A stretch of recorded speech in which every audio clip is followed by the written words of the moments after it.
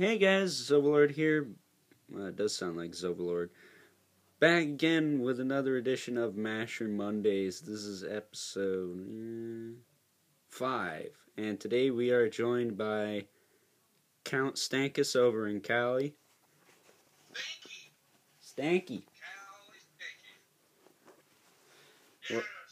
Where it is much more warmer, for crying out loud, and freezing our nuts off already, and it ain't even October.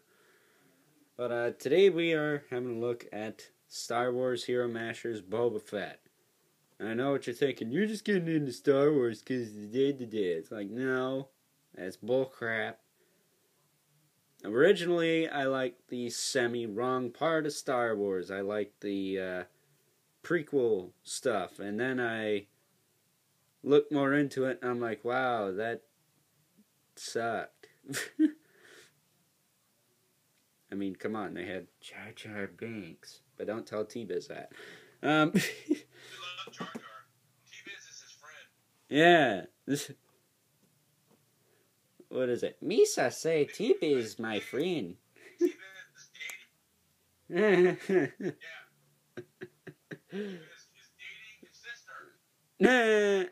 That's even worse. But freaking, I can't believe it. You imagine what the kid would look like? oh god. Tadpole. It looked like a tadpole. But yeah, there's a Jar Jar pipe right on this box. And one thing I want to mention is that on the Marvel ones, they never did this.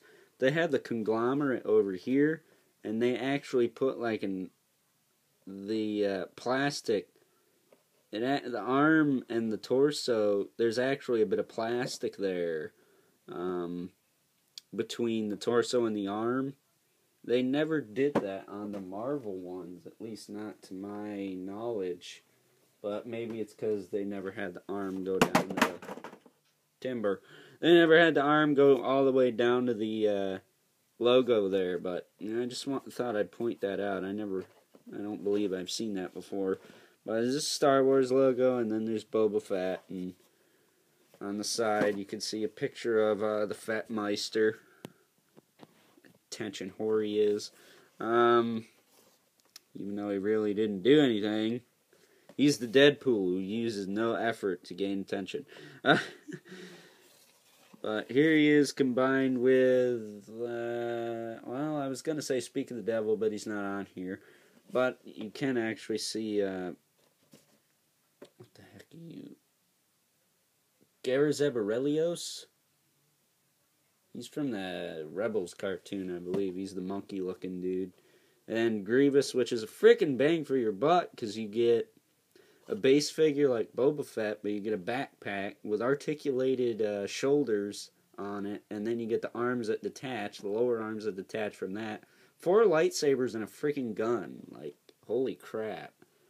Then, Bosk and the Stormtrooper. Yeah, it's like the freaking Grievous.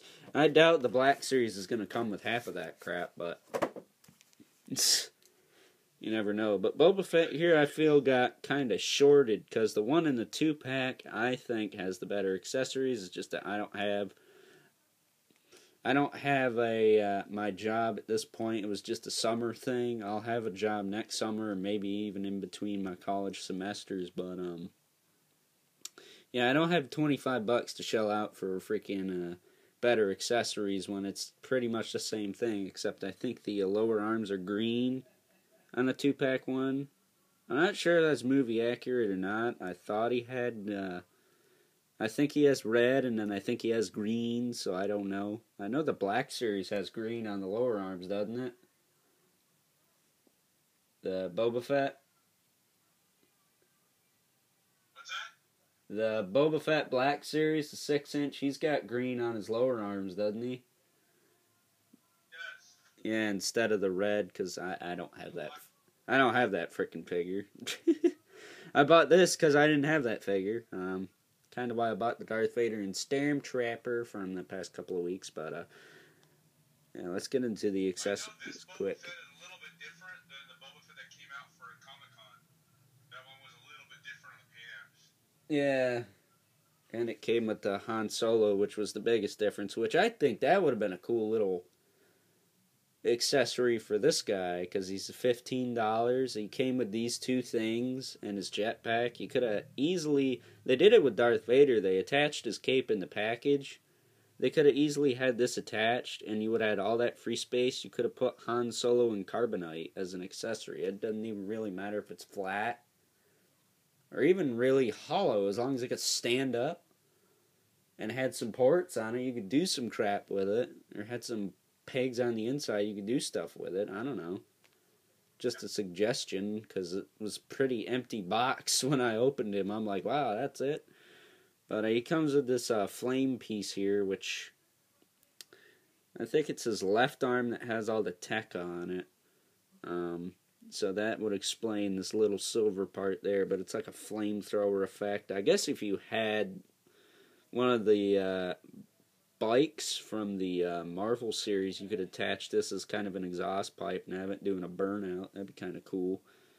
But I don't really think it's necessary that they had to hollow out the back. I think that's just ridiculous. At least it's not cheap plastic. I think this claw is made a little cheaply, but not too bad.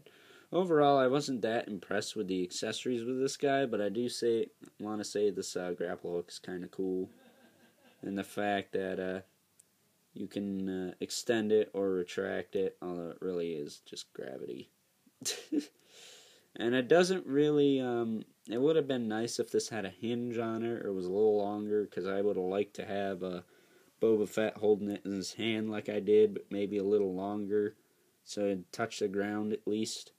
That way he'd be able to get a better extension. T-Biz said that in his review. But his last accessory, which is, I'm going to put this right back on, is his jetpack. It's got the little cape on it. I don't know what color the cape is. I thought it was tan or like a brown, but on here it's just the same green as the jetpack is molded in, and the rocket on top. Again, I thought that was a different color too, but might just be some cost cutting. It doesn't bug me that much because he's covered with paint apps otherwise. I mean, he's got all this detail on his chest. He's got the details on his shoulders. He's got the Mandalorian symbol. Mine might be a little off. A little teeny bit, but it doesn't bug me. I'm not that concerned with it. And the elbow joints are really tight too. This arm is different from the other one, obviously. He's got the little rocket here, like a little gun type thing. And then he's got the armor going on there. And then on this side, it's just more of a standard gauntlet. I don't know if... It looks like this thing could open on the regular one on his right hand, but I'm not sure. Like I said, I'm not the most knowledgeable when it comes to Star Wars. All I know is that Boba Fett's a bad guy. He slapped Han Solo in Carbonite. And he got shot into the Sarlacc pit, or like smacked into the Sarlacc pit. Something like that. Push, man. You got wrong. It was push? It was force push?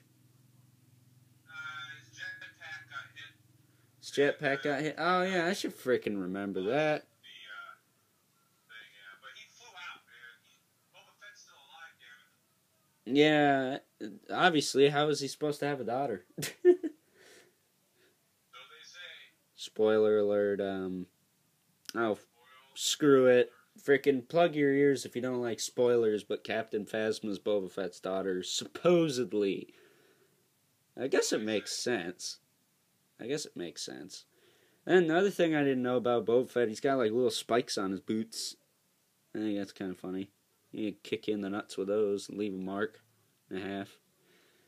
And then something I also didn't know is that this little antenna on his helmet actually flips down and gives him like a scope. I did not know that until I saw, one of the animatronic helmets. So I learned a lot about this character, and this is 9 minutes, holy crap. But articulation on this guy, he's got a single hinge in the head, as well as a rotation. He's got full rotation in the shoulders. You're probably going to want to take his jetpack off if you want to utilize it. He's got a single hinge at the elbow. Gives you 90 degrees. I think they fixed the elbows on these. to where they give you a little bit more range of movement than they used to. And then he's got rotation in the lower arm. And then he's got the in and out at the hip. Moves out that much. It's back in. Kind of got to work it to get it to go forward. But it goes backwards and forwards a little bit. And then a single hinge at the knee. Gives you 90 degrees there. Just about. And a boot swivel. But, yeah, that's it for the articulation on this guy. And, the size comparison, we'll just do the usual. We'll compare him to the Stormtrooper with his giant arse. The Stormtrooper got a gun. They did that right, but Boba Fett didn't. He's falling over. What the heck?